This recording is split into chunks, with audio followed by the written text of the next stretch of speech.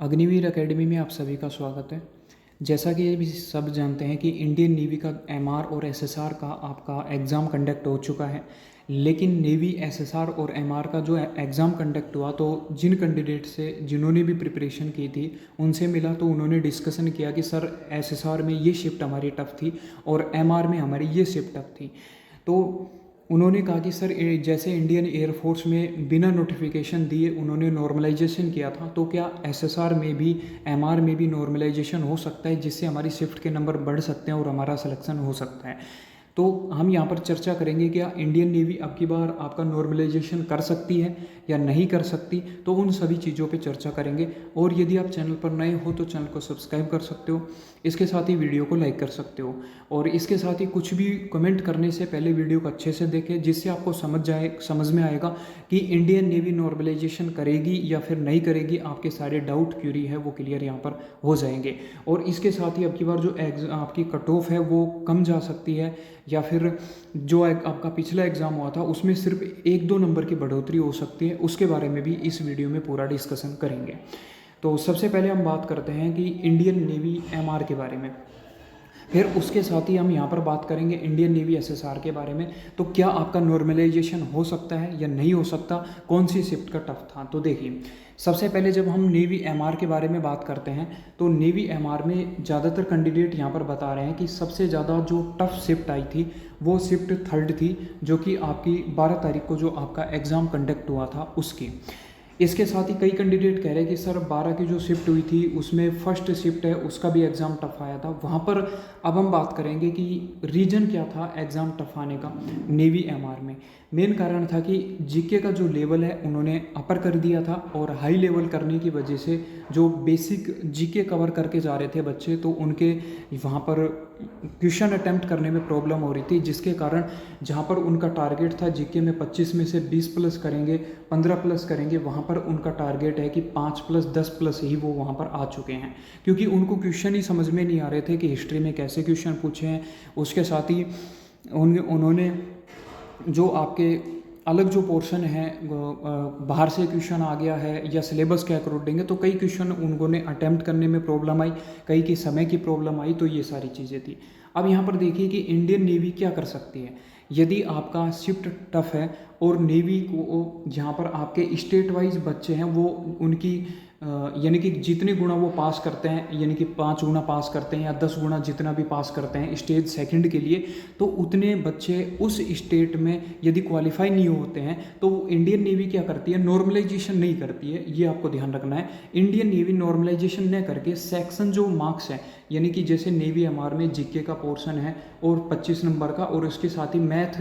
और साइंस का पोर्शन है 25 नंबर का, तो वहाँ पर वो क्या करती है, सेक्शन कट ऑफ घटा देती है। जैसा कि अभी सभी जानते हैं कि जैसे त्रिपुरा स्टेट हो गया, तेलंगाना स्टेट हो गया या फिर झारखंड स्टेट हो गया या अदर स्टेट हो गए, तो इनकी जो कट ऑफ है वेस्ट बंगाल है, इनकी सेक्शन कट ऑफ है वो कम कर देता है। जैसे मान ली त्रिपुरा के बच्चे हैं, अब की बार यहाँ पर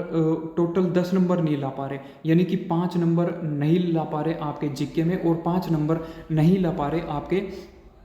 मैथ और साइंस का सेक्शन है उसमें। तो इसकी वजह से इंडियन नेवी यहाँ पर क्या करेगी कि इनकी जो सेक्शन है वो 3-3 नंबर करेगी, फिर यहाँ पर देखेगी क्या जीके में और मैथ और साइंस में वहाँ के बच्चे ला रहे हैं, तो सभी स्टेट की एक स्टेट की मिनिमम यदि सेक्शन वाइज जो आपके सब्जेक्ट वाइज मिनिमम मार्क्स कर दिए तो वो सभी स्टेट पर लागू कर देगी। तो जिनकी हार्ड शिफ्ट थी और हार्ड शिफ्ट में जो सेक्शन जिनका टफ था, दूसरा सेक्शन यदि ईजी था, तो उसकी वजह से वहाँ पर वो बच्चे भी क्वालिफाई कर जाएंगे। तो आपको यहाँ पर डरने की बिल्कुल आवश्यकता नहीं है।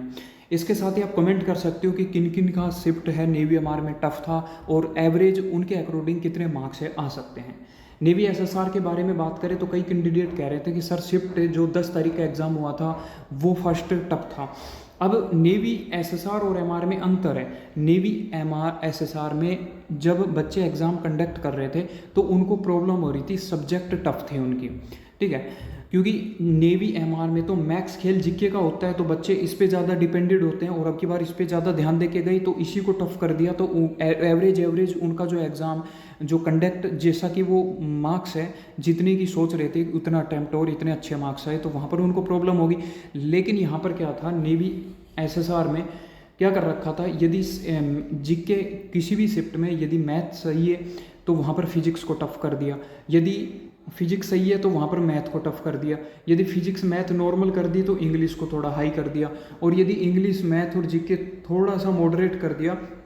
तो जीके के लेवल के क्वेश्चंस को थोड़ा इंक्रीज कर दिया। तो इसकी वजह से नेवी एसएसआर में आपकी सेक्शन वाइज कट ऑफ है वो आपको डाउन देखने को मिलेगी, नॉर्मलाइजेशन आपको मुश्किल से देखने को मिलेगा। हाँ, नॉर्मलाइजेशन जब देखने को मिल सकता है कि जब सेक्शन वाइज कट ऑफ को मिनिमम करने के बाद भी उस स्टेट के बच्चे पास आउट नहीं हो पा रहे शिफ्ट में, नंबर शिफ्ट टफ होने की वजह से, तो वो इंडियन नेवी वहाँ पर कर सकती है। तो मेरे हिसाब से आपको अच्छा लगा होगा, सारी चीज़ें आपको क्लियर समझ में आएगी होगी। अब किस शिफ्ट में नंबर बढ़ेंगे यदि नॉर्मलाइजेशन हुआ, तो सिंपल सी बात है, आपको पता है कि आपको भी, जिन्होंने भी एग्ज़ाम दिया है कि 12th की आपकी थर्ड शिफ्ट टफ थी तो उसका यहाँ पर नंबर बढ़ेंगे। इसके साथ ही 10th यानी कि 10 तारीख को, यानी कि जब फर्स्ट शिफ्ट थी एसएसआर की, तो उसके नंबर बढ़ सकते हैं। तो ये सारी आपको बेसिक चीज़ें, इन्फॉर्मेशन आपको समझा दी है। वीडियो अच्छी लगी तो लाइक कर सकते हो, चैनल को सब्सक्राइब कर सकते हो। नेवी एसएसआर का स्टेज सेकंड से संबंधित ऑल अपडेट आपको मिलेगी, और स्टेज सेकंड कैसे क्वालिफाई करना है उसका टेलीग्राम लिंक नीचे दिया गया है, आप वहाँ पर जुड़ सकते हो।